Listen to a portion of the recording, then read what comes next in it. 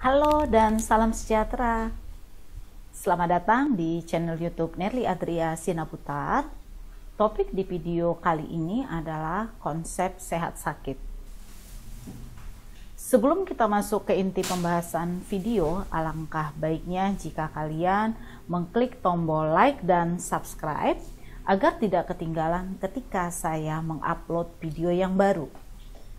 Terima kasih buat kalian yang sudah subscribe. Sekarang, mari kita masuk ke inti pembahasan video.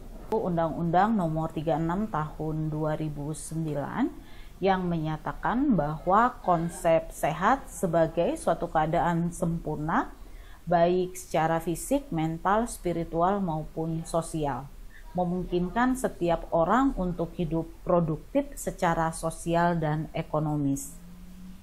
Seperti kita ketahui juga bahwa bidang kesehatan selama ini lebih banyak memandang manusia sebagai mekanistik dan dikotomik, yang menyatakan di sini bahwa menganggap bahwa antara badan dan jasmani atau antara fisik dan badan lahiriah manusia ini merupakan dua hal yang terpisah.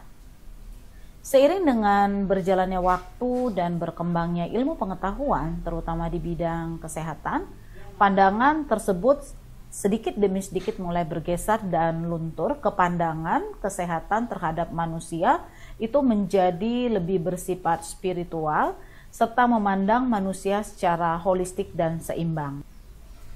Kadang kita berbicara juga ya bahwa kesehatan itu mahal. Nah, biasanya kita menyadarin ini setelah kita terjatuh atau mengidap suatu penyakit, ya. Mengapa kesehatan itu mahal? Nah, sehat itu mahal karena untuk mendapatkan tubuh yang sehat, kita harus mengkonsumsi makanan dengan gizi seimbang. Gizi seimbang di sini maksudnya adalah kaya akan karbohidrat, kemudian protein, lemak, vitamin, kemudian mineral, ya, dan lain-lain. Nah, untuk konsep sehat dan sakit saat ini mulai berkembang ya, menjadi aspek holistik antara aspek bio, psiko, sosial, spiritual, tidak lagi semata-mata terpisah mengenai konsep sehat sakit antara jiwa dan raga saja. Sehat ya, sehat adalah suatu kondisi yang lengkap dari sehat fisik, kemudian mental dan sosial, serta tidak hanya terbebas dari penyakit atau kecacatan. Sehat dapat berarti dengan keadaan saat semua bagian tubuh itu mampu bekerja selayaknya atau senormalnya tanpa ada keluhan atau gangguan. Nah, maka individual tersebut disebut sehat.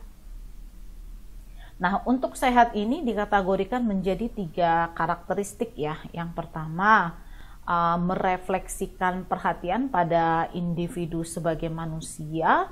Kedua, memandang sehat dalam konteks lingkungan internal dan eksternal. Kemudian yang ketiga, sehat didefinisikan sebagai hidup yang kreatif dan produktif. Sehat menurut WHO, sehat adalah suatu keadaan ya sempurna ya dari fisik, mental, sosial, tidak hanya bebas dari penyakit atau kelemahan. Nah, kemudian WHO ini mendefinisikan secara kompleks ya, menjadi sehat ini dibagi menjadi 4 dimensi holistik ya. Yang pertama, organobiologik ya, menjelaskan mengenai konsep sehat secara jasmania atau badan. Dalam dimensi ini berarti badan atau jasmania dikatakan sehat apabila terbebas dari penyakit atau kecacatan sehingga seseorang dapat beraktivitas mandiri secara normal ya. Kemudian 2, psikologis. Untuk psikologis ini menjelaskan bahwa seseorang sehat apabila tidak mengalami gangguan secara emosional ataupun kejiwaan. Berarti di sini menunjukkan bahwa terbebas dari pikiran dan emosi negatif sehingga mampu berpikiran positif dalam segala hal dengan baik. Kemudian sosial budaya ini merupakan suatu keadaan di mana individu mampu beradaptasi dan bersosialisasi dengan masyarakat di lingkungan sekitarnya.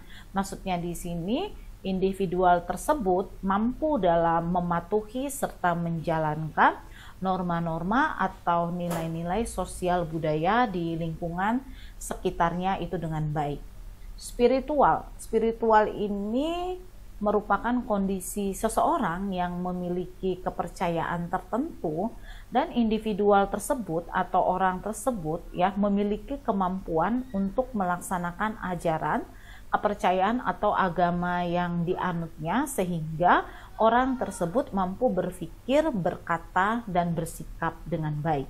Nah, sekarang kita masuk pengertian sehat yang kedua menurut Dan 1959. Sehat adalah suatu kejadian di mana badannya atau badan seseorang tidak ada tanda-tanda atau gejala dari penyakit ya. Menurut White 1977 bahwa sehat itu adalah keadaan di mana seseorang pada waktu diperiksa tidak menunjukkan keluhan atau tidak terdapat tanda-tanda suatu penyakit atau kelainan ya. Berdasarkan Undang-Undang Nomor 23 Tahun 1992, sehat adalah keadaan sejahtera dari mana? Badan, jiwa, dan sosial yang memungkinkan hidup produktif secara sosial dan ekonomi. Selanjutnya menurut Undang-Undang Nomor 36 Tahun 2009 tentang kesehatan mengatakan bahwa keadaan sehat baik secara fisik, mental, spiritual maupun sosial yang memungkinkan setiap orang dapat hidup produktif secara sosial dan ekonomi. Menurut Undang-Undang Nomor 36 Tahun 2009, kesehatan ini terdiri dari 5 aspek. Yang pertama fisik. Untuk fisik ini memberikan arti bahwa seseorang tidak merasakan sakit ya atau tidak ada tanda-tandanya bahwa orang tersebut sedang mengidap suatu penyakit atau dengan kata lain di sini bahwa organ tubuh orang tersebut ya normal dan tidak ada gangguan fungsi dari tubuhnya. Kemudian kesehatan mental ya, kesehatan jiwa ini suatu kondisi yang memungkinkan perkembangan fisik, kemudian intelektual dan emosi yang optimal dari seseorang, di mana perkembangan itu dapat berjalan selaras dengan keadaan orang tersebut. Yang ketiga, kesehatan spiritual ini memberikan arti bahwa seseorang mampu ya mengekspresikan ya atau memberikan pujian, kemudian mengucap rasa syukur atau penyembahan terhadap Sang Pencipta yaitu Tuhan Yang Maha Esa. Yang keempat, kesehatan sosial ya.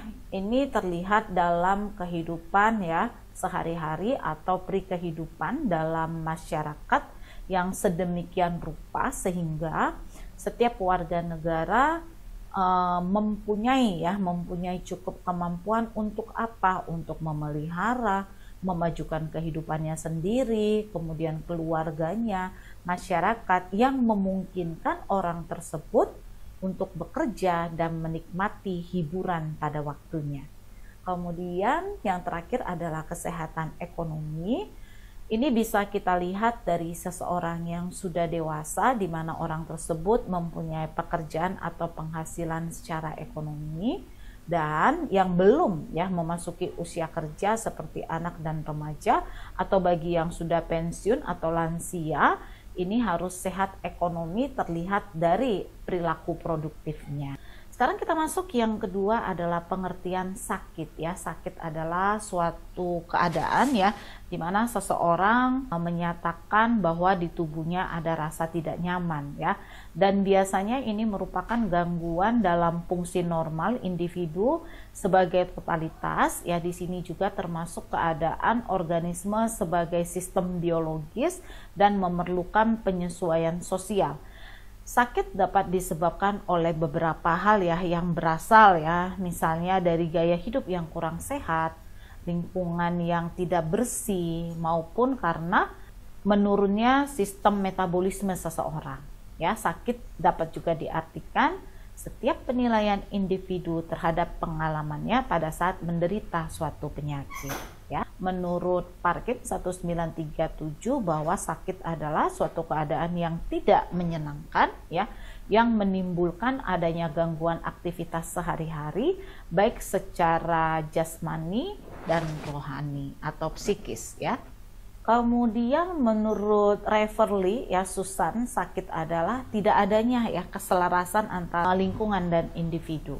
Kemudian menurut Bauman 1965, dia mengemukakan 3 kriteria untuk menentukan apakah seseorang itu sakit ya. Yang pertama adanya gejala sakit, misalnya naiknya suhu tubuh, adanya rasa mual, menggigil ya, kemudian muntah dan lain-lain. Kemudian yang kedua persepsi tentang bagaimana merasakan ya sakit ya, bisa di sini apakah baik, buruk atau sakit ya. Kemudian yang terakhir adalah kemampuan untuk melaksanakan aktivitas sehari-hari. Ini bisa dilihat apakah yang dirasakan atau keluhan seseorang tersebut mengganggu aktivitas bekerja, atau di sini kalau dia anak-anak atau anak remaja tidak bisa sekolah atau tidak mampu melakukan aktivitas sehari-hari. Menurut PEMOM 1972 bahwa sakit merupakan gangguan dari fungsi normal individu sebagai totalitas, termasuk keadaan organisme sebagai apa? Sistem biologis dan penyesuaian terhadap lingkungan sosialnya. Menurut New Webster Dictionary, sakit adalah suatu keadaan yang ditandai dengan adanya perubahan gangguan yang normal ya. Kemudian kita lihat di sini bahwa konsep sakit menurut Suryanti ya tahun 2021 dikategorikan menjadi 3 dimensi. Yang pertama disease ya. Ini merupakan gambaran seseorang sakit dalam bentuk fisik. Artinya jika seseorang sakit maka akan muncul bentuk reaksi biologis ya terhadap suatu organisme, kemudian benda asing ya, atau adanya perlukaan. Nah, ini merupakan suatu fenomena ya yang objektif, biasanya ditandai dengan adanya apa?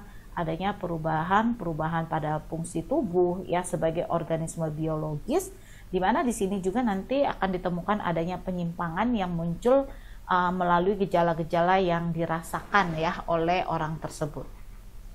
Yang kedua adalah sickness ya. Ini merupakan konsep sakit dilihat dari dimensi psikologis ya. Nah, untuk sickness ini dapat muncul akibat dari ketidaknyamanan diri seseorang akibat dari faktor psikis ya. Kemudian illness ya, ini merupakan konsep sakit secara sosiologis. Dan ini ya, untuk illness ini berkaitan dengan penerimaan sosial terhadap seseorang sebagai orang yang sedang mengalami kesakitan. Jadi hal ini juga berkaitan dengan peran khusus ya yang dilakukan sehubungan dengan perasaan kesakitan, dan di sini juga individu biasanya memiliki tanggung jawab baru ya. Tanggung jawab barunya adalah mencari kesembuhan. Nah, konsep sehat sakit secara umum ya menurut masyarakat dikatakan sakit apabila seseorang itu tidak mampu lagi melaksanakan atau melakukan aktivitas sehari-hari ya. Ini bisa dilihat dari fisik ya, fisiknya tidak nyaman ya dan benar-benar sakit. Bila psikis merasa ada gangguan, nah ini juga bisa menunjukkan ya, bila terdapat ketidakseimbangan antara fisik dan psikis, ini yang nantinya dapat mengakibatkan seseorang tidak mampu ya mengendalikan aktivitas. Nah, sekarang kita masuk perbedaan persepsi sehat sakit antara petugas dan masyarakat ya. Yang pertama, persepsi sehat sakit menurut petugas kesehatan ya. Biasanya petugas kesehatan itu mendeteksi kebutuhan masyarakat ya akan upaya kesehatan itu di tahap awal ya. Maksudnya pada saat orang masih sehat, maka orang tersebut membutuhkan upaya kesehatan untuk mencegah timbulnya penyakit ya. Jadi sebelum terjatuh sakit biasanya ya untuk itu dilakukan misalnya upaya istirahat yang cukup, kemudian menambah dengan vitamin, makan dengan menu seimbang dan lain-lain. Nah, kemudian yang kedua, persepsi sehat sakit menurut masyarakat. masyarakat baru merasakan atau membutuhkan kesehatan ya bila dalam tahap parah, maksudnya sakitnya sudah parah ya. Di sini tidak bisa diatasi ya dengan beristirahat atau minum. Biasanya masyarakat kita kan sering mengkonsumsi jamu ya atau obat-obatan tradisional lainnya. Nah, sekarang kita lanjut di rentan sehat sakit ya. Rentan sehat sakit ini adalah suatu skala ya, ukur hipotesis untuk apa? Untuk mengukur keadaan sehat atau kesehatan seseorang. Kedudukan seseorang pada skala ini bersifat dinamis ya dan individual. Mengapa demikian? Karena dipengaruhi oleh faktor pribadi dan lingkungan. Pada skala ini ya, sewaktu-waktu seseorang bisa berada dalam keadaan sehat, namun di lain waktu bisa bergeser ke keadaan sakit. Nah, ini maksudnya sakitnya adalah gitu ya. Nah, kemudian kita masuk di faktor yang mempengaruhi sehat sakit. Ini ada beberapa ya. Yang pertama status perkembangan. Ya, kalau berbicara tentang status perkembangan berarti individu memiliki kemampuan untuk mengerti tentang keadaan sehat dan kemampuan berespon terhadap perubahan dalam kesehatan. Contohnya misalnya bayi. Bayi kan bisa ngerasakan sakit, tetapi bayi tersebut tidak bisa ya mengatakan bagian mana yang sakit, atau bayi tersebut tidak bisa ya mengatasinya.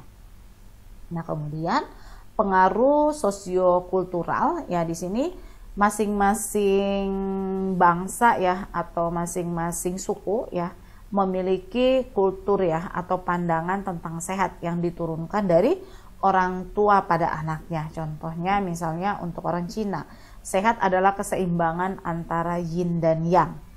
Orang dengan ekonomi rendah biasanya memandang flu adalah sesuatu yang biasa dan tetap ya dia ngerasa ya kalau saya saat ini dalam keadaan sehat. Termasuk di pengalaman masa lalu, seseorang dapat merasakan nyeri atau sakit atau disfungsi keadaan normal karena pengalaman sebelumnya membantu menentukan definisi seseorang tentang sakit ya. Kemudian yang keempat adalah harapan seseorang tentang dirinya. Seseorang biasanya mengharapkan dapat berfungsi ya pada tingkat yang lebih baik. Menurut Hendrik Bloom ada 4 faktor, yaitu herediter atau keturunan, kemudian layanan kesehatan, lingkungan, kemudian perilaku. Dari keempat faktor ini ya, yang paling mempunyai andil dalam derajat kesehatan itu ada 2, yaitu faktor lingkungan 45% dan faktor perilaku 30%.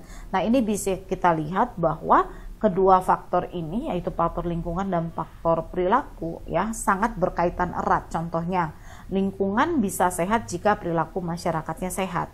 Kemudian kerusakan lingkungan salah satunya dapat terjadi akibat apa? Perilaku manusia. Kemudian berbagai penyakit ya yang saat ini menimpa di bangsa Indonesia, contohnya bahkan di seluruh dunia ya, COVID-19, kemudian demam berdarah dan lain-lain, ini akibat apa? Akibat dari faktor lingkungan dan perilaku manusia ya. Nah, sekarang kita bahas yang di keturunan ya. Keturunan ini merupakan penyakit manusia, dapat dibagi ke dalam beberapa kategori. Salah satunya adalah penyakit yang disebabkan oleh faktor gen atau genetik ya atau herediter. Nah, di sini contohnya penyakit ADM ya, kemudian albino dan penyakit Wilson. Yang kedua adalah layanan kesehatan. Layanan kesehatan ini yang sangat mempengaruhi status kesehatan individu khususnya dan masyarakat pada umumnya ya, pelayanan kesehatan. Kemudian lingkungan ya, memberi pengaruh ya terhadap status kesehatan ya, di mana faktor lingkungan ini ya sangat mempengaruhi kesehatan seseorang ya. Kemudian perilaku mempengaruhi status kesehatan ya, kesehatan baik individu, keluarga dan masyarakat. Ini dipengaruhi oleh perilaku.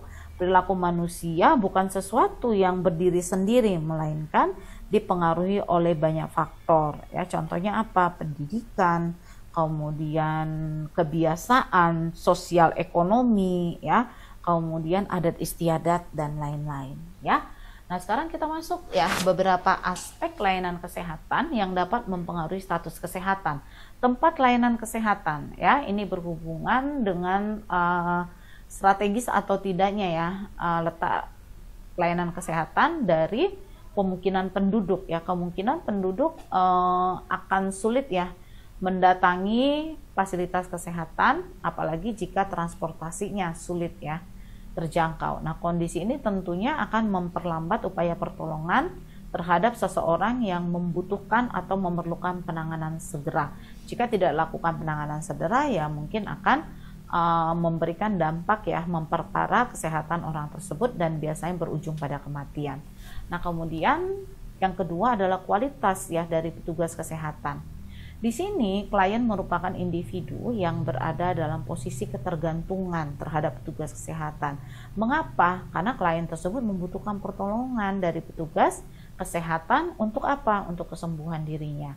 Nah, dalam kondisi sakit ini biasanya klien bersifat pasrah ya terhadap apapun tindakan yang akan dilakukan oleh petugas kesehatan.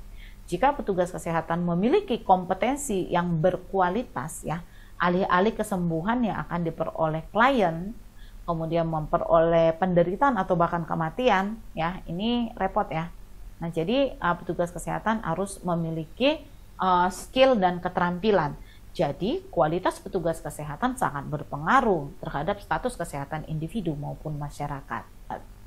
Biaya kesehatan, tingginya biaya berobat ini menyebabkan bahwa tidak semua orang mampu ya memanfaatkan layanan kesehatan, apalagi untuk warga yang tergolong tidak mampu ya, berarti dia mutlak ya, tidak mungkin ya orang yang tidak mampu mendapatkan pelayanan tersebut ya.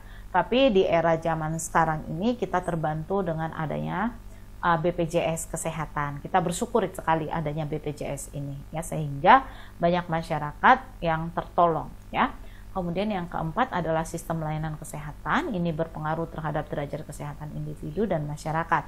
Layanan kesehatan terdepan bukan hanya berfokus pada pengobatan, tetapi juga terhadap pemeliharaan dan peningkatan kesehatan. Makanya untuk sistem ini kita tidak lagi menekankan pada upaya kuratif, melainkan upaya promotif dan preventif.